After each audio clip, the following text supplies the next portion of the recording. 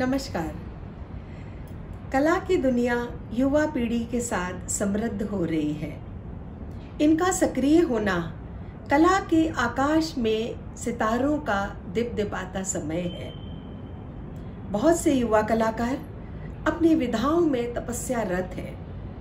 इनकी एक आश्वस्तकारी आमद हो रही है और कला का परिसर इनकी खुशबुओं से आबाद है।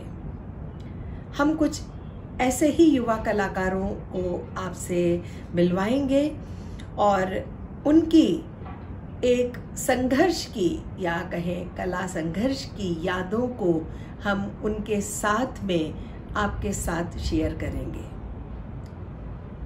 इसी श्रृंखला का जो पहला परिचय है आपके सामने है प्रसिद्ध युवा वादक युवा कलाकार श्री लोकेश आनंद।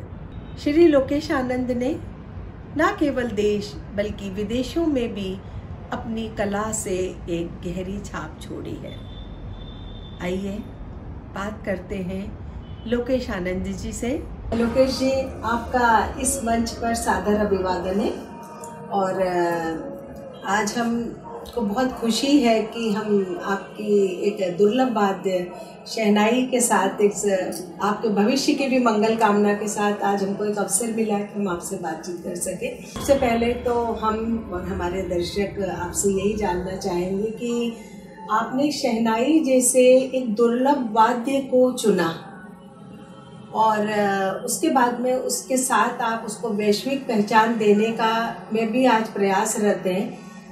बहुत छोटी उम्र से आपका जो शिक्षण हुआ अपने पिता कालीचरण जी से ही आपका शिक्षण शुरू हुआ, तो उनके सिखाने की ऐसी कौन सी बात आपके वादन में आपकी ज़िंदगी में मील का पत्थर साबित हुई? सबसे पहले मैं आपके सभी दर्शकों को नमस्कार करना चाहूँगा और आपका बहुत बहुत धन्यवाद जो आपने मुझे अपने इस कार्यक्रम में आमंत्रित किया। जैसा कि बात है, आपने पूछा कि मेरे पिताजी से मेरी सर्वप्रथम तालीम जो थी वो 8 से 10 वर्ष की आयु में शुरू हुई। मेरा जो रुझान जो संगीत की तरफ उस समय नहीं था बिल्कुल भी, तो उस वजह से मेरे पिताजी ने शुरू में मेरे हाथ में बांसुरी दी जो कि आसान रहे बजाने में। तो जब तक ये मुझे बिल्कुल भी नहीं मालूम था कि हम लोग शहनाई की फील्ड में जाएंगे या नहीं जाएंगे, उन्होंने जब मुझे बांसुरी दी हाथ में, थोड़ा सरगम वगैरह उन्होंने तैयार करवाई नीचे, क्योंकि शहनाई का सा और बांसुरी के सा में बहुत फ़र्क होता है। जो ब्लोइंग जो टेक्निक्स होती है वो बिल्कुल डिफरेंट होती है। उसके बाद साल भर तक पिताजी ने हमें टाइम दिया, भैया आपको 5 बजे उठना है, आपको रियाज़ करना ही करना है। उसके लिए वो हमेशा अर्ली मॉर्निंग और 4 बजे उठा करते थे कि जिससे कि वो हमें देखें। कई बार हम छत पे जाके रज़ाई ओढ़ करके फिर रियाज़ किया करते थे। साल भर हुआ, कुछ कुछ राग उन्होंने सिखाए। जब उनको लगा कि ये कुछ कर सकते हैं और इनका फूक बांसुरी में बैठ गया है और सुरों की भी पहचान थोड़ी थोड़ी होने लगी है, तो एक दिन अचानक शहनाई हमारे हाथ में दे दी उन्होंने। और फिर उसके बाद हमारी शहनाई की तालीम शुरू हुई। पिताजी का सिखाने का तरीका काफ़ी स्ट्रिक्ट तरीका था। बहुत जो चीज़ नहीं निकलती थी उसको बार बार रिपीट करवाना और उसमें कभी कभार सजा भी हम लोगों को मिलती थी। मान लीजिए कुछ कोमल रेशब है, क्योंकि मुश्किल साज है, उसको ब्लो करना और उस उम्र में थोड़ा मुश्किल होता है। तो पिताजी कहते थे सा सादे सब सदे। तो सबसे पहले तो सा का ही रियाज हमारा काफ़ी चला, साल, 1.5 साल, 2 साल। उसके बाद फिर एक एक सुर उन्होंने हमें करवाया, जिसकी वजह से आज मैं इसको इतना मुश्किल साज है इसको फूकने की स्थिति में रहता हूँ। और लोगों का कहना है कि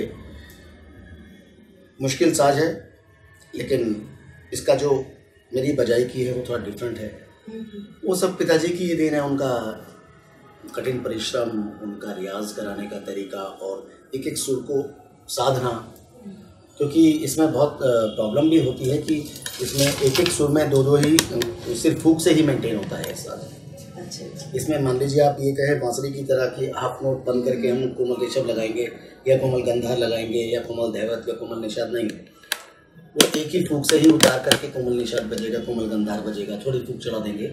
अगर यही बेसिक तालीम लोगों की अच्छी हो जाए तो मुझे लगता है कि और भी शहनाई वादक लोग इस फील्ड में आ सकते हैं। लेकिन उसका सबसे अच्छी बात यह है कि शुरू की तालीम गुरु कैसी देते हैं, बेसिक टेक्निक्स कुछ हैं शहनाई की, जैसे नली है, पत्तुर है, प्याला है, उसको कैसे करना है। अगर ये सब शुरुआती दौर में ही अगर किसी शिष्य को समझा दी जाए तो मुझे लगता है कि और आगे जा करके हमारी शहनाई का भविष्य बिल्कुल उज्ज्वल है। जैसा आपने बताया कि पिता की शिक्षा में एक उम्र में रुचि पैदा होना, क्योंकि जब तक एक बच्चे को उस विद्या के साथ में रुचि पैदा होगी तभी वो अपने आप में उसको डेवलप कर सकता है। तो जो रुचि आप में पैदा हुई वो एक पिता की एक सबसे बड़ी देन है। और आपने बहुत अच्छा बताया कि हमें इस वाद्य के इन बारीकियों को मतलब हमारे बेसिक्स क्लियर हों। जी, मैं इसमें एक बात कहना चाहूँगा, रुचि इसमें शहनाई में थी ही नहीं। रुचि तो बांसुरी में ही थी क्योंकि आसान इंस्ट्रूमेंट था, मुश्किल था। लेकिन जब उन्होंने देखा कि बजा सकता है, कटते हैं हम, तो कभी वीडियो गेम खेलने जाते थे और कभी कहीं स्पोर्ट्स खेलने चले जाते थे। लेकिन हमारी मम्मी की ड्यूटी होती थी कि अगर 4 बजे का टाइम रियाज का है तो वो कहीं से भी लाव पकड़ करके उसको प्रैक्टिस करानी है। अच्छा। तो धीरे धीरे धीरे धीरे धीरे धीरे जब जा करके हम इस साज को कंट्रोल कर पाए। पिता के बाद में जो विद्वान गुरु हैं, विद्वान कलाकार हैं, दयाशंकर जी से शिक्षण लिया और पंडित राजन प्रसन्ना जी भी आपके गुरु रहे। तो इन लोगों की और इसके अलावा भी कोई अन्य गुरु भी हो तो आप जरूर हमें बताइएगा। जैसा कह सकते हैं कि पिता की शिक्षा के बाद और क्या जुड़ा आपके वही शहनाई वादन की मैं खास बात कर रही हूँ। मेरे पिताजी किसी वजह से इस वाद्य को कंटिन्यू नहीं कर पाए, फैमिली प्रॉब्लम की वजह से या किसी भी वजह से। तो उनकी एक इच्छा थी कि मैं बजाऊँ, उसको अच्छे स्तर पे बजाऊँ। जब उन्होंने देखा कि मेरा सब्जेक्ट अब इतना ही मैं सिखा सकता हूँ, इसको आगे जाने की ज़रूरत है, तब उन्होंने मुझे मेरे गुरुजी पंडित अनंतलाल जी का शागिर्द कराया। तो रुचि असल में वहाँ से हमारी पैदा हुई। जब हम उस घर में जाते थे तो वो हमें तो पता ही नहीं था उस टाइम पे कि तानपुरा होता है या क्या होता है। हम हाथ वाली धोपनी वाली सुरपेटी हुआ करती थी, उस पर बजाया करते थे। तो उन लोगों के पास क्योंकि बड़े गुरु लोग थे और वर्ड में परफॉर्म किया करते थे, तो उस टाइम मैनुअल तानपुरा हुआ करता था, इलेक्ट्रॉनिक। जब उसका साउंड आता था उसके साथ जब शहनाई बजती थी तो लगता था कहाँ हम आ गए। वो रुझान आया अंदर से कि नहीं, ऐसा कुछ हमें ऐसा कुछ साउंड चाहिए, ऐसा कुछ बज। क्योंकि पिताजी से जब जो सीखा वो एक अलग तालीम थी, लेकिन यहाँ तो स्वर्ग है। जब सुना तो हम लोग गुरुजी हमें बुलाते थे, फिर प्रैक्टिस हमने की काफ़ी। और पंडित दयाशंकर जी पंडित नंदलाल जी के सपुत्र हैं, उनके साथ मेरी तालीम चला करती थी। शाम को सुबह गुरुजी के साथ चलती थी। और उसी समय पर ये लोग क्या किया करते थे कि कभी विदेश जाया करते थे। हम शाम को जा रहे हैं तो उन्होंने 1 घंटे की क्लास हमें दी। अब लगा कि अब सब लोग काम पे लगा दिया जाता था कि भाई अब ये देखना गुरुजी का सूटकेस है, ये देखना है। तो हम सोचते थे गुरुजी कहाँ जा रहे हैं, इतना पैकिंग करेंगे। तो वो भी एक जिज्ञासा होती थी मन में कि हमें भी ट्रैवल करना है। तो पता लगता था कि गुरुजी अमेरिका जा रहे हैं, इंग्लैंड जा रहे हैं, वो भी एक जिज्ञासा होती थी। फिर कभी कभार क्या होता था कि गुरुजी ने बोला भैया आप लोग कल रिकॉर्डिंग है, कल दूरदर्शन आ रहे हैं। अब दूरदर्शन का नाम सुन के तो और ज़्यादा प्रसन्नता ऐसा। हम तो बच्चे ही थे, हम सेटअप देखते रहते थे दूरदर्शन का। तो मन में ये रहता था कि नहीं, हमें भी इस जगह पर जाना है। तो वो एक बहुत खास कारण था रुचि पैदा होने का। फिर हमने शुरू किया। पंडित राजेंद्र प्रसन्ना जी के साथ ऐसा रहा कि जब गुरु जी के साथ रियाज करते थे तो क्योंकि रिश्ते में पंडित लाल जी के भतीजे हैं पंडित राजेंद्र प्रसन्ना जी, तो सब लोग फैमिली वाले सब गुरु ही लोग हैं। तो उनके साथ मैं काफ़ी समय तक संगत मैंने की। तो उस संगत में काफ़ी कुछ चीज़ें मेरे में एक बात बीच में मैं आपको दखल दूं कि राजेंद्र प्रसन्ना जी तो आज बांसुरी के प्रसिद्ध जी।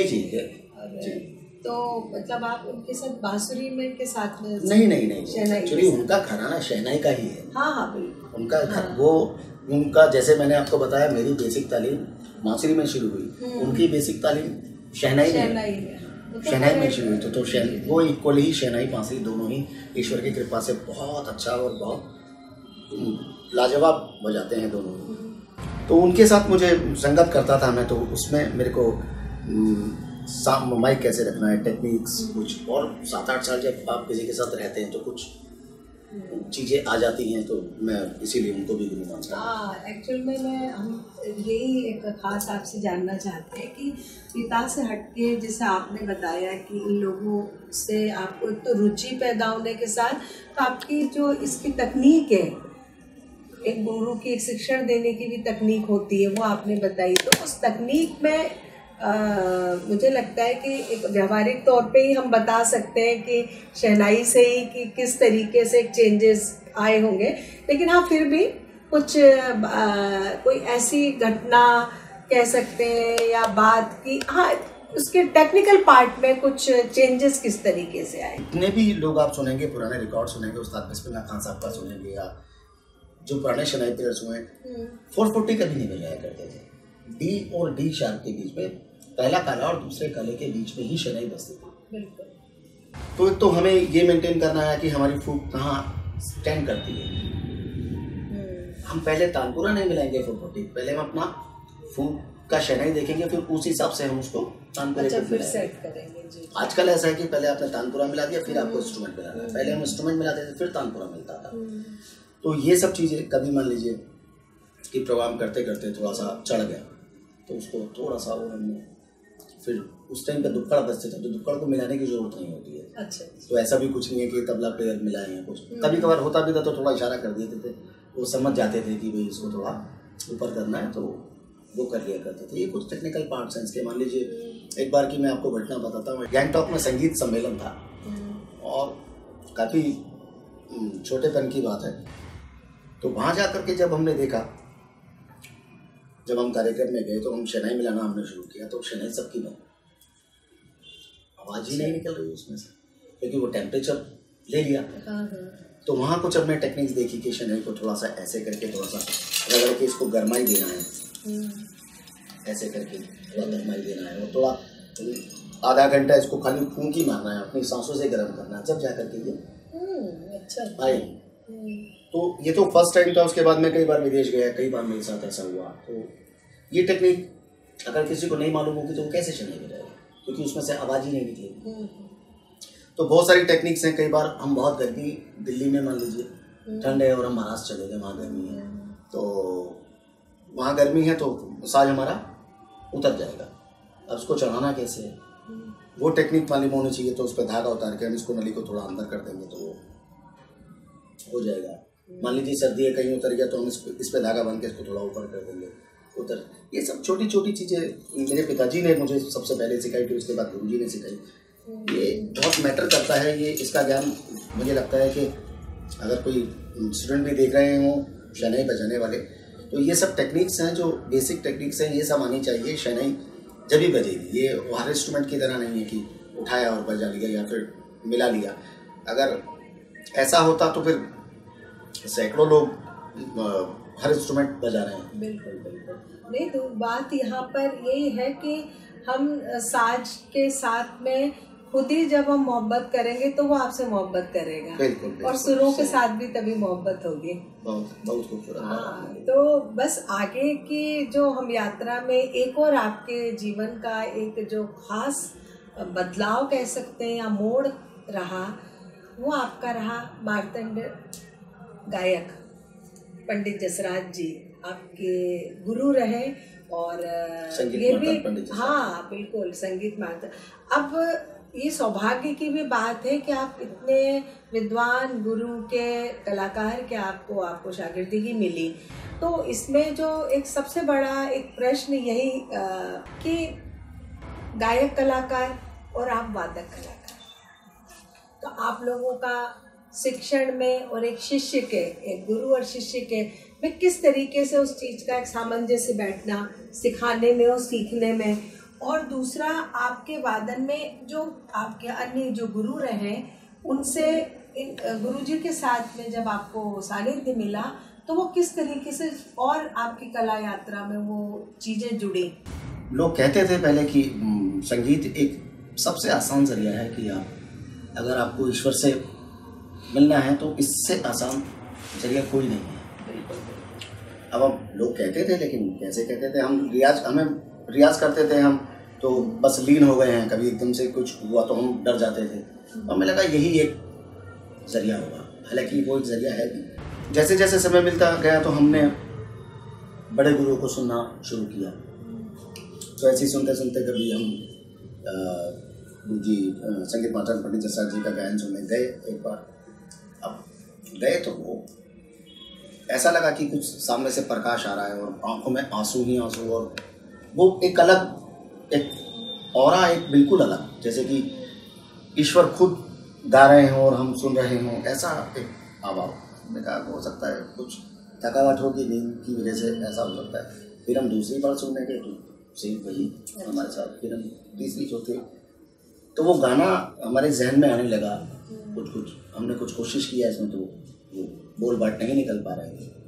तो बस ईश्वर ने चाहा कि हम सीखें, हमारी जो इच्छा थी वो हमारी इच्छा ऊपर वाले ने सुन ली।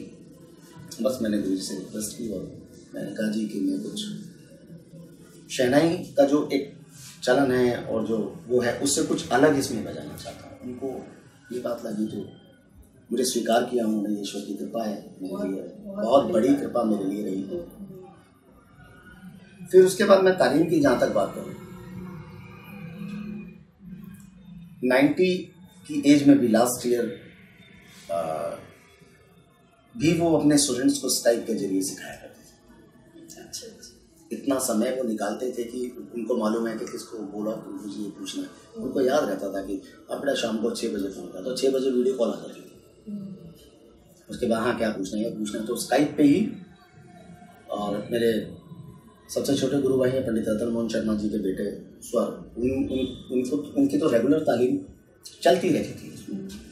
हम लोगों को भी कभी कुछ पूछना है तो वो हमेशा फ़ोन कर दिया करते थे। और सिखाने का ऐसा नहीं, सादा नहीं, बैठ गए हैं और कुछ नहीं निकल रहा है, करते रहो, इसको पक्का करके ही रखना, चाहे 2 घंटे लगे, चाहे 4, चाहे 5 घंटे लगे, और उसको क्लियर करा के ही छोड़ दे। एक बार तो ऐसा हुआ कि हमारे यहाँ मीट जाती है, सा से पा की या था से रे की मीट जाती है। हमने बोला गुरु जी ये शनाई बन जाती है। बोला कैसे नहीं जाएगी? अच्छा। उन्होंने तरीका बताया, बोला करते रहो उसे, वो आज तक हमारी मीट तैयार है।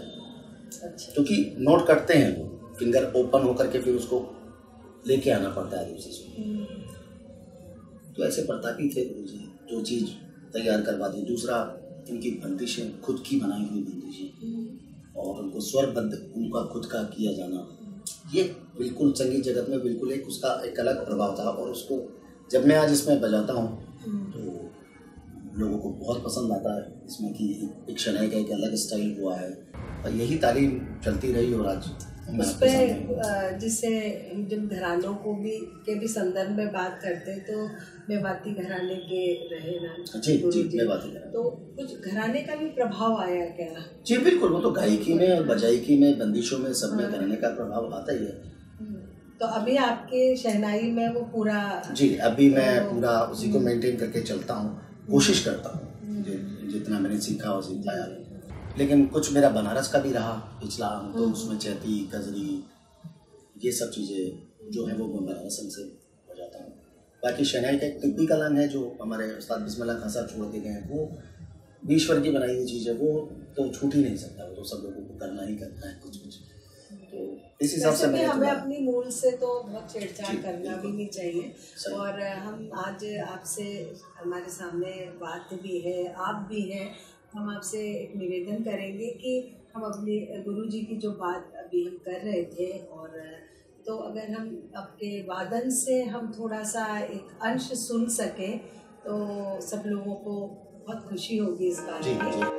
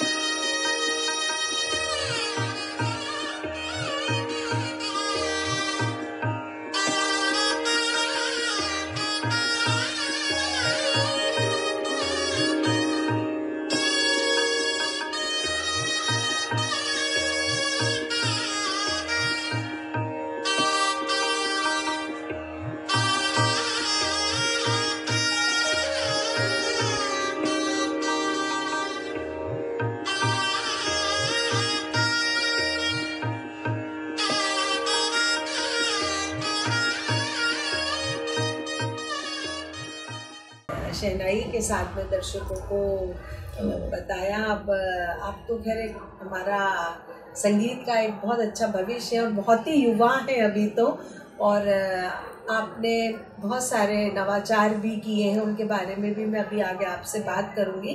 पर उसके पहले जो मुख्य बात है, जो हम अभी बात खां साहब से लेके भी हमारी शुरू हुई है, बिस्मिल्लाह खां साहब से भी, कि परंपरा को लेके आपका क्या सोचना है और परंपरा को रखते हुए इस कला का संवर्धन किस तरीके से संभव है?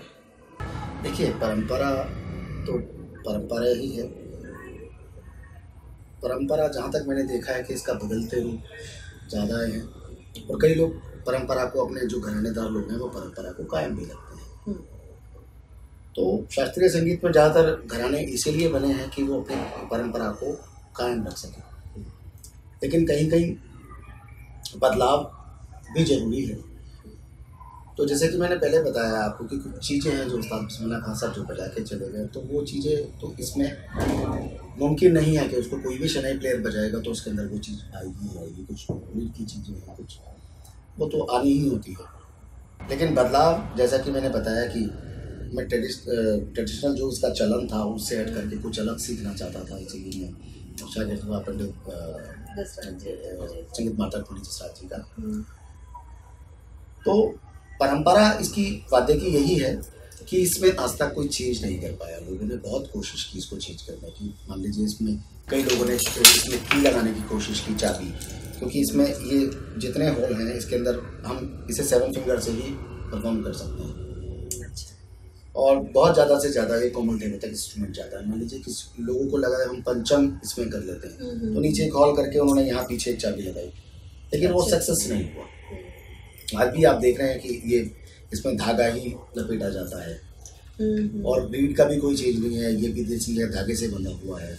और आप नीचे देखेंगे इसमें नेक पीस जो है, ये भी जब हम इसको फिट करते हैं तो धागा लगा कर भी करते हैं। तो ये इस हिसाब से मैं यही कहूँगा कि पारंपरिक वाद्य है और इसमें कोई चेंजेस अभी तक नहीं हो पाए। तो जहाँ तक बदलाव की बात है, संवर्धन की बात है, तो मैंने आपको बताया कि मैंने गायकी जो शहनाई का एक अंग था उसको गायकी में शिफ्ट करके कोशिश किया है करने का, तो लोगों को पसंद भी आ रहा है। तो बस यही चलता रहे।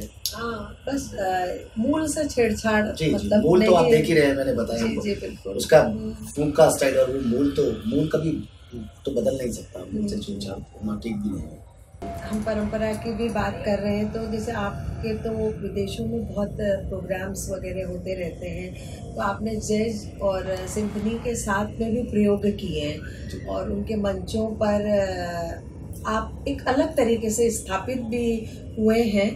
तो ये जो आपके प्रयोग हैं, इनके आप हम लोगों से अनुभव को साझा कीजिए कि कैसा मंच पर अनुभव रहा दर्शकों का, और व्यक्तिगत तौर पे आपके वादन में किस तरीके का अनुभव जुड़ा? जी, फ्यूजन जैज में वो लोग विदेशी जो जितने भी लोग होते हैं उनके जो, क्योंकि हमारे हिसाब से स्वर जो है वो वही है जो हमने बेसिक सीखा, उससे ऊपर तो पूरे वर्ल्ड में कुछ है नहीं। संगीत तो एक ही है, और उसके जो नोट्स हैं वो स्वर भी, चाहे वहाँ वो उसको कुछ भी कहते हैं, वो इंग्लिश में बोल दें या हम लोग सारे गमा पा दें सब बोल दें, तो नोट्स वही रहते हैं उनके साथ, क्योंकि शास्त्रीय संगीत है और हमारे हिंदुस्तान में तो शास्त्रीय संगीत में राग के साथ छेड़छाड़ भी नहीं कर सकते, तो बदलाव नहीं कर सकते हैं। तो नोट्स वही होते हैं, वो लोग बजाते हैं तो हम कॉपी कर लेते हैं उनको देख करके, तो अपने स्टाइल में उसको प्रेजेंट करते हैं और हम उसको अपने शास्त्रीय संगीत स्टाइल में प्रस्तुत करते हैं। उसमें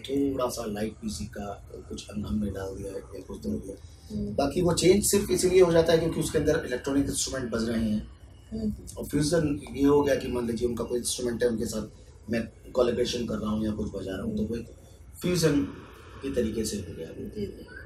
तो उसमें बदलाव कुछ नहीं है, उन लोगों को भी अच्छा लगता है। हाँ, कभी कभार कुछ एक्सपीरियंस कुछ लोगों की कमी इसलिए रह जाती है क्योंकि ये बंधा हुआ साज है इसका, ये डी शार्प और डी के बीच में नहीं बज सकता, बहुत ज़्यादा इसमें नहीं कर सकते। अगर मान लीजिए थोड़ा सा बड़ा शहनाई कोई ले भी ले तो उसका टोनल क्वालिटी बिल्कुल चेंज हो जाता है, काफ़ी मोटा हो जाता है काफ़ी। तो उसमें ये एक्सपीरियंस होना चाहिए कि मान लीजिए अगर कोई एफ शार्प से बजा रहा है या ई नोट से बजा रहा है कोई, या फिर जी शार्प से बजा रहा है, तो उस स्केल को बांध करके बजाना और उस नोट को कंटिन्यू करके उनके साथ समन्वय बनाना, ये बहुत बड़ी बात है।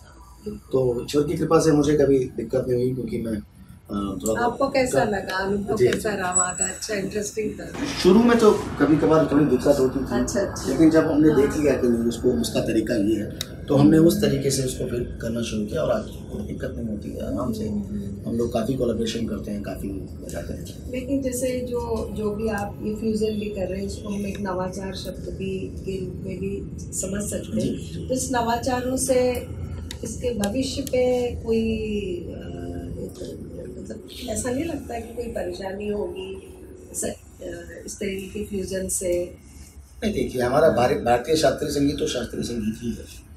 अगर हम उनके साथ अगर बजा के भी आ जाते हैं तो हमारी रागदारी में कोई चीज़ नहीं है, उसके आरोप में कोई चीज़ नहीं है। हमें उनके साथ तो एक थोड़े समय के लिए परफॉर्म करना है, जिससे कि एक लोगों को लगे कि हाँ भाई सब वाद्य यंत्र है और इनका एक समय में बड़ा अच्छा बैठता है, लोगों को अच्छा भी लगता है। जब हम वापस आते हैं तो हमारा वही करने पर जाने की वही राग यही सब। हाँ बिल्कुल, ये जो प्रयोग है ये संगीत में जुड़ ही रहे, उससे समृद्धि कर रहे होंगे। हाँ, वही बात आ गई कि हमें अपनी परंपरा से तो हम छेड़छाड़ नहीं कर रहे हैं, हम उसी मूल पर ही टिके हुए हैं। मैं आपको बताना चाहूँगा कि एक प्रयोग हमारे गुरुजी संगीत मातन पंडित जसराज जी ने किया, जसरंग, उसका नाम दिया जसरंग। अच्छा।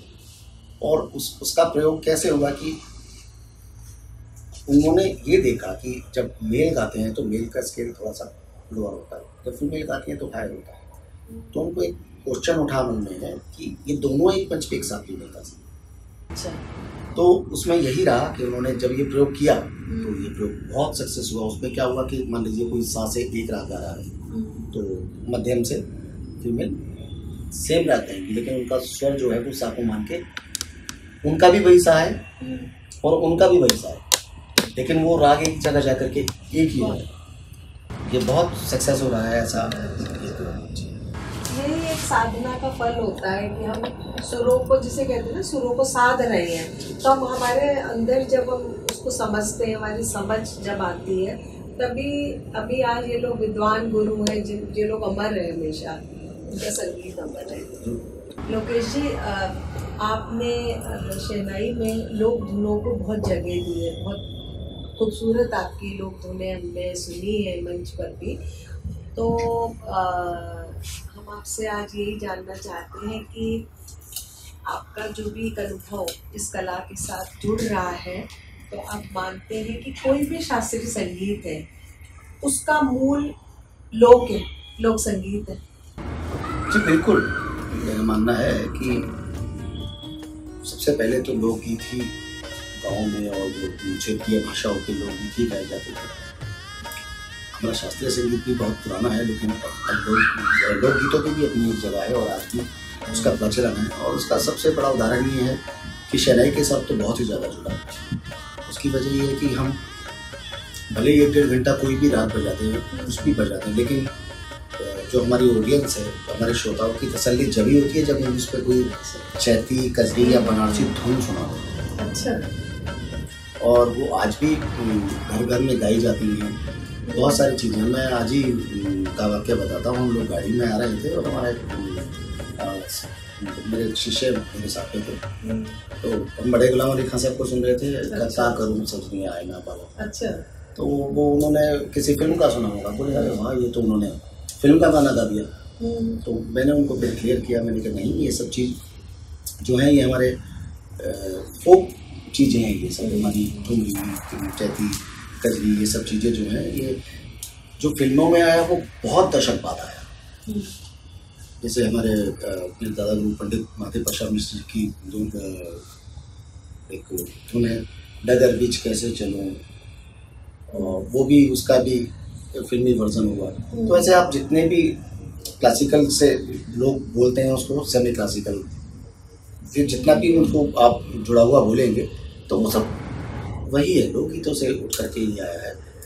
नृत्य में शहनाई का उपयोग कभी संभव हो सकता है? शास्त्रीय नृत्य में विशेष जी हुआ है।